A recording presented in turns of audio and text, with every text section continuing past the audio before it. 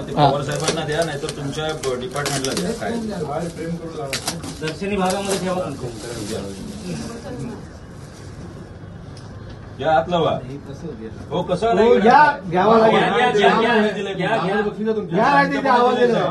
आम्ही कुठलं आंदोलन केलेलं नाहीये. कुंभकर्णी झोपेत तुम्ही आहात तर तुम्हाला कुंभकर्ण नाही द्यायचं तर तुम्हाला काय बजरंगबली द्यायचं. शून्य दाखवताय, मला लाज वाटते दिसायला. तुम्हाला कसं यानं लाज वाटत म्हणजे त्याला काय हे हा कुंभकर्ण एवढ्यासाठीच दिलाय, पुढच्या 7 दिवसात तुम्हाला झोपेतून जाग यावी. पवार साहेबांची कुठली कॅबिन आहे? नोंदणी नाहीये, आपल्याकडे माहिती नाहीये. पूर्ण जिल्हा ऑफिस फक्त 3 कंपन्यांना व्हिजिट करतो. 7 दिवसामध्ये तुम्हाला माहिती देतो. वरिष्ठ खालच्या कार्यालयात तुम्ही माहिती देतो. तुम्हाला प्रत्येक असतील ते सर्व तुम्हाला माहिती देतो. साहेब यांच्याच गुन्हा दाखल करू आपण. आम्ही पुढच्या वेळी निवेदन देणार नाही. नाही हे तुमच्या खुर्च्या ही पोरं सगळी बाहेर पळून घेऊन जातील. मी तुम्हाला सांगते पूर्ण करून देतो. पुढच्या वेळी इथे खुर्च्या राहणार नाही आणि याला लॉक लावतील.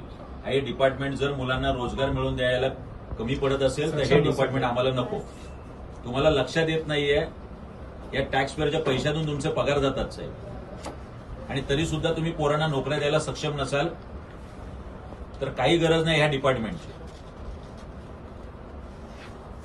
तुम्हाला लाजा वाटायला पाहिजे या संदर्भातल्या, की तुमच्या हातात हे शस्त्र आहे की तुम्ही एका कंपनीला सरळ करू शकता, तरी तुम्ही करत नाहीये. ही नोंदणी करून घेत नाहीये साधी.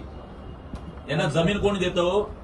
जमीन इथल्या आमच्या ह्या भूषण कोळी, सविनय मात्र या प्रकल्पग्रस्तांच्या आमच्या जमिनीवरती हे केले ना उद्योग तुम्ही उभे केलेत. मुद्रांक शुल्कामध्ये सवलत, पाण्यामध्ये सवलत, विजेमध्ये सवलत. बरं काय ह्या कंपन्या इकडे येत आहेत?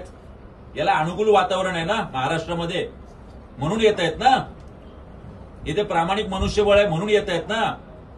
इथे या सगळ्या सुविधा मिळतात म्हणून येत आहेत ना. आणि इथे आपल्याच मराठी पोरांना जर रोजगार मिळत नसेल आणि तुमच्यासारखे करंटे अधिकारी बसलेले असतील तर काय आमच्या मुलांनी काय रोजगार म्हणून घंटन गोपाळ करायचा? 7 दिवसात तुम्हाला माहिती देतो. आणि तुम्ही हे प्लेसमेंट नावाचे सगळे उद्योग सुरू केलेले आहेत. तुमच्याकडे नोंदणी करत नाही. प्लेसमेंटवाल्यांना कसं काय माहिती असतं ह्या कंपन्यांमध्ये एवढी नोकर भरती आहे? तिथे आमच्या पोरांनी जाऊन 2-2, 5-5 हजारचे फॉर्म भरायचे. ते सांगणार हे स्किल शिका, हा कोर्स शिका, त्याला 1-1.5 लाख रुपये वेगळे भरायचे. आणि ते लोक नोकऱ्या मिळवून देतात किंवा प्रयत्न करतात किंवा काय जे गौड बंगाल करत असतील तर अनेक जण प्लेसमेंट नावाने फॉर्म भरतात, 5-10, 50 हजार घेतात आणि पळून जातात. हे तुमच्यामुळे फावते सगळ्यांचं, कारण हे डिपार्टमेंट सक्षम नाहीये. कुत्र्यांचे शेपटी आपल्या त्या पद्धतीने प्लेसमेंट सर्व्हिसेस झाले तिथे.